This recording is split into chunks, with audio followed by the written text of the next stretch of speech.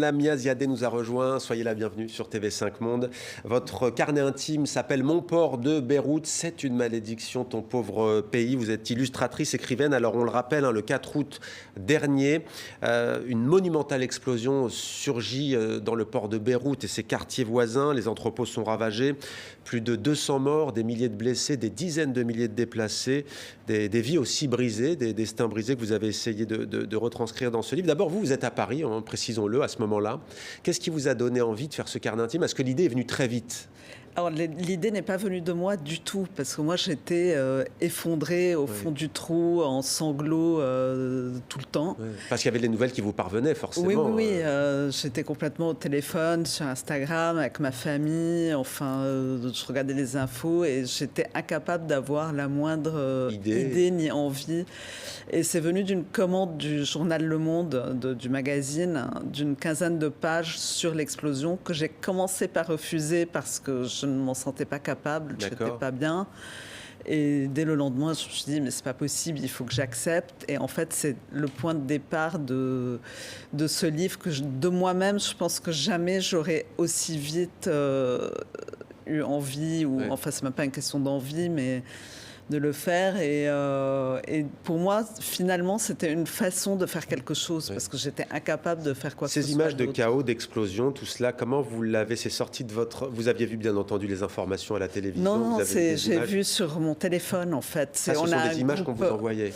La fameuse vidéo, la première qui est apparue de l'explosion, c'est sur notre groupe WhatsApp familial que je l'ai vue après avoir vu déjà des photos de ma sœur en sang, et je me demandais ce qui s'était passé.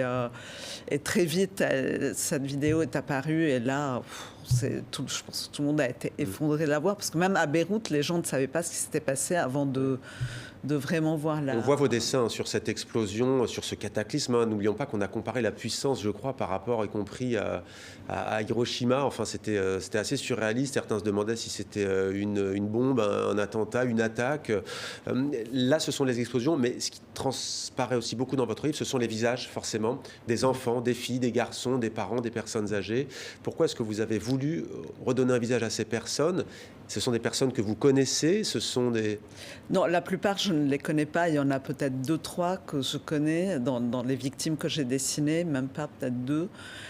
Mais ces visages ont tout de suite énormément circulé sur les réseaux sociaux, et j'avais l'impression vraiment de les connaître intimement.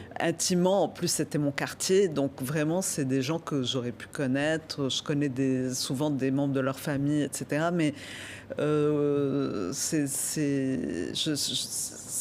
en général, je ne suis pas très sensible, en plus, quand il y a des faits divers, etc., aux victimes. Je ne regarde pas forcément. Mais là, c'était quelque chose que tous les Libanais, c'est des visages que tous les Libanais ont vus et vécu avec pendant tous les jours, les semaines et les mois qui ont suivi l'explosion. Et tout le monde connaît quelqu'un qui a disparu ou qui a été blessé.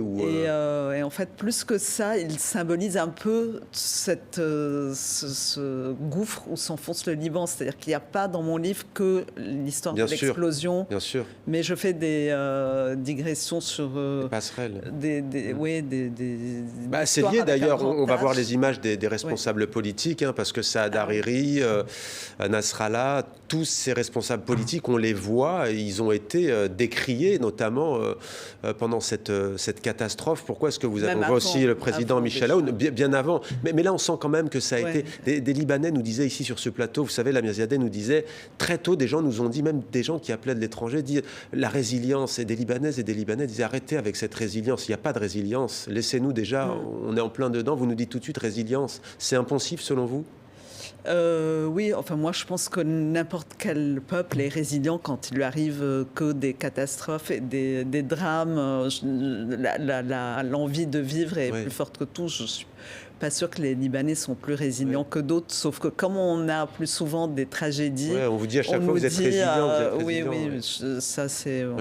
Sur les dirigeants politiques, revenons-y, vous l'avez dit, quand même qu'on resitue le contexte, il y avait eu le début d'un mouvement populaire, de révolte, il y avait eu d'ailleurs avant le mouvement You Stink, hein, vous puez, hein, pour dénoncer la corruption, sur les décharges à ciel ouvert, notamment en Méditerranée. Qu'est-ce que vous avez... Le 19 octobre dernier, il y a une espèce de révolution qui a émergé. Et donc, on n'a pas attendu l'explosion pour essayer de nous débarrasser de cette classe politique. Et moi, j'espérais que l'explosion allait être au moins un trop-plein qui allait faire qu'ils ne pouvaient plus rester là, quoi. Oui. Et en fait, pas du tout. Donc, je leur ai consacré un chapitre, mais... J'ai terminé ce livre il y a quelques jours, mais ce matin, une courte vidéo m'a arraché des larmes. Impossible de ne pas ajouter un dernier dessin. C'est l'anniversaire de Sahar, il y a 1 an exactement, dans la caserne de la Quarantaine. Alors, Sahar Fares, c'est la première victime dont on a vu le visage sur tous les téléphones des Libanais. En plus, elle est très belle. C'était l'infirmière de la brigade de pompiers qui a été envoyée au port pour éteindre l'incendie, alors qu'ils ne savaient pas ce qu'il y avait dans le hangar. Et ce qui est très touchant avec cette jeune femme, donc, qui avait que 27 ans et qui était fiancée, qui devait se marier. Elle avait toute sa vie devant elle.